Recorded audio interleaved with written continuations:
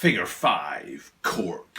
That's what it says up there on the tongue and shows you the picture there of the plant beside that. The reason I'm starting right there is because we've already done figures 1, 2 and 3, especially as they were a tie-up between the Blazer line and the Air Force One line. But then here we are with the Air Max 90 cork figure 5. My question is, what happened to figure 4? I've missed that somewhere along the line. Let me know in the comments down below what figure 4 was, because I would like to complete the set, as it were. But a great looking shoe, and the thing is, there are two of them. This one's the Obsidian, and there's also a wheat version, and it's I'm going to do them separate. I'm going to do one video about the shoe and one video about the wheat shoe. Now, if we go back to figures 1, 2 and 3, what I did with those guys, instead of doing a video about all 6, which would have been too much, equally doing a video about each one, which would have been too few, what I did was I paired them up. I said, right, the Air Force One and the Blazer mid that goes for the pomegranate, let's do that together. Now with these guys today,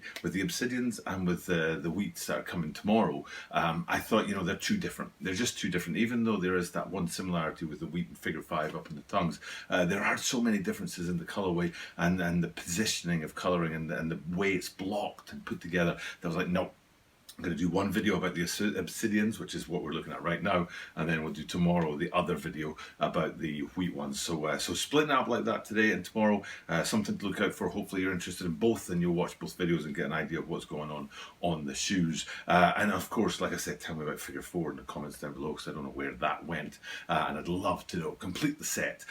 So without further ado, let's get into this. I want to go through a bunch of stuff on this, especially about what is cork and what is semi-cork, and then in that semi-cork sort of bracket there's a split between what is translucent and what is not, and that's kind of the main focus of the video. But there's also a little bit that I want to get into about how these guys could have been called the denim instead of the cork. So with that being said, let's get into this and take a look at the upcoming release of the Nike Air Max 90 Cork Obsidian.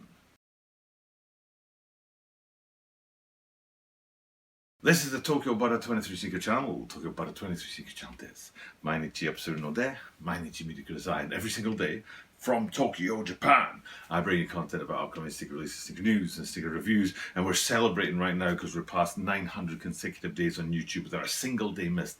900 days without a single day missed.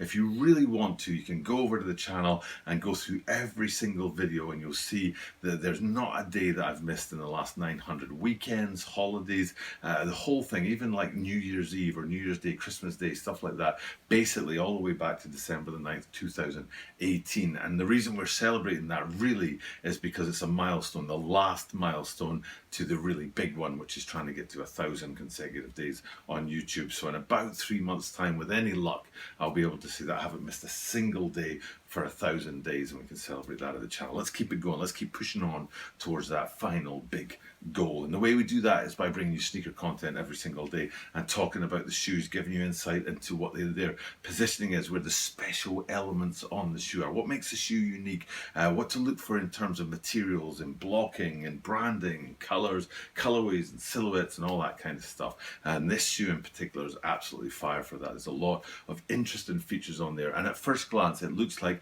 hey, there's a lot of there's a lot of cork going on, but actually there's a bit more than that. And I shouldn't, but I'm gonna. I can't get out of my head a Saturday Night Live sketch with Janet Jackson. It's Janet Jackson and Jimmy Fallon are the two main characters in the sketch, and they're touring an Italian winery.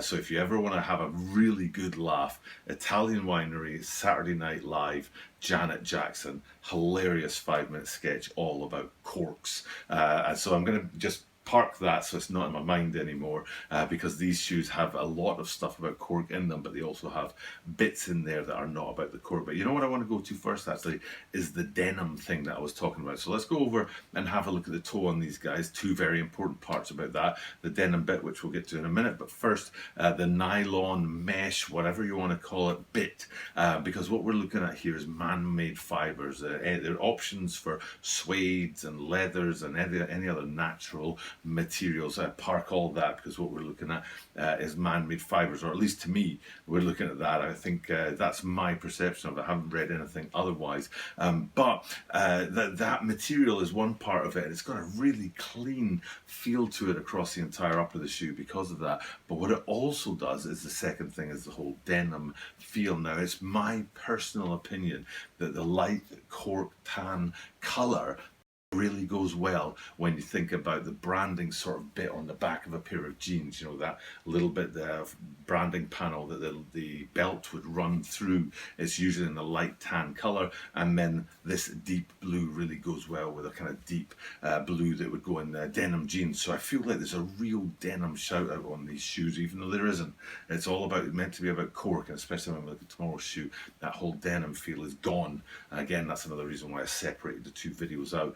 Because this one's got that denim feel, and it really shows up when you look at the toe there. So hopefully you know what I'm talking about on there. And then it's not too far to go from there to one of the major features of the shoe, which is that light tan cork stitching that's holding the shoe together, and again it gives that contrast to the deep obsidian blue color of the upper, contrasting with the tans and the light browns of the stitching throughout that. So that's kind of the main thing to look at in terms of construction and color and the upper materials. But the main feature of the shoe is the cork element. So what we'll do first is we'll go have a look at the swoosh, because it's very cork, and I've never ever said something is very cork before.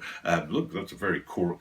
Well, you know, it's cork or it's not. But in the terms of this shoe, it's actually kind of important. So hopefully you're having a good look at that up there, and you can see the cork swoosh on the side of these guys, and there's nothing uncork about it.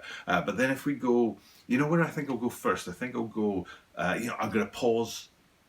Before I do go there, I'll go somewhere else, and the somewhere else is up onto the inner and the lining on the shoe, especially the wacky insole, which is happening a lot in Nike these days. These shoes that have a sort of one color scheme on the outside and then a wacky blasty insole in violet green or volt yellow or something like that, which you can see on these guys. But I'm more interested not in the insole but in the lining and how that matches the cork on the outside. Now, it's not a cork lining, that would be quite ridiculous, but the light tanness of that lining really matches the cork that's in the swooshes on the outside. So that's two places that go together really, really well. And then the place I was going to go to, which I will now, ooh, there goes my iPad, is the heel on these guys and the branding on the back there. You can see that we've stepped away from that very cork feel, and now we're into the world of a spectrum of corks. And I think the next step after the full-on cork of the swoosh is going round to that heel and looking at the colouring in there and the detailing on there, which is showing up on the green screen behind me here, but also the lack of translucence in there,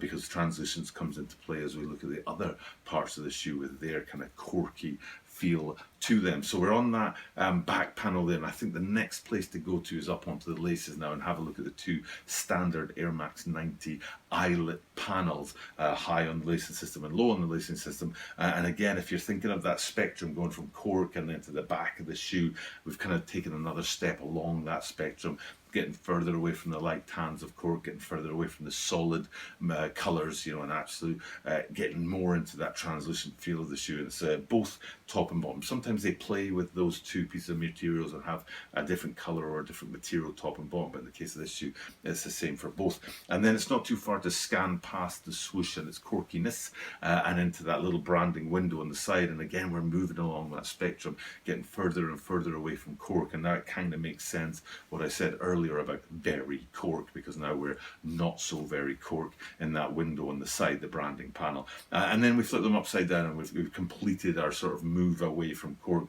You can still see a sort of echo of cork in here and that feeling of translucence and things like that, but realistically speaking, if you looked at this outsole without any knowledge of the rest of the shoe and somebody said cork, you'd probably say nah, I'm not buying it, that's not cork to me, which is very, I think, a fair observation. But when you put it up against that spectrum that's gone from the very cork of the swoosh all the way through all those other bits of the shoe, it actually does make sense and it fits with the narrative of the shoe. So that's probably the main feature, that whole denim feel to the upper on there because of these cork colours in contrast to the dark blue, and then the way those different bits of the shoe sort of gradually fade away from the cork feel on them. And what I haven't done yet, which is a good place to sort of get to the last major talking point on the shoe. There's a couple of minor talking points, but the last major talking point is that tongue up there, where they've completely discarded the Nike branding and the standard Air Max 90 branding and replaced it with that figure 5 and the plant on there.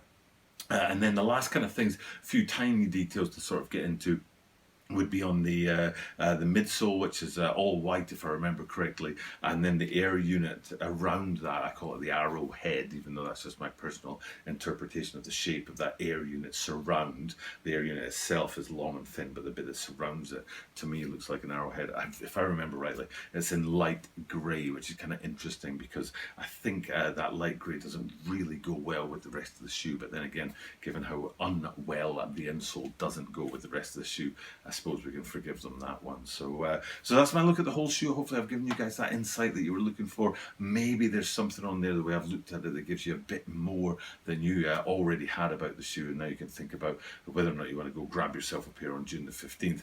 And tomorrow we'll be back with the sister shoe, and I think you'll understand when you see that video, especially in terms of that whole denim feel that you have on this shoe that is completely lost on that shoe, why I decided to split the two up and make two separate videos about them. But for now, hopefully, I mean, I do this at the end of every single video, but it's very relevant today because tomorrow's video is that sister shoe video. What I do is I say that I do this every single day, and because of that, you are guaranteed to see me tomorrow.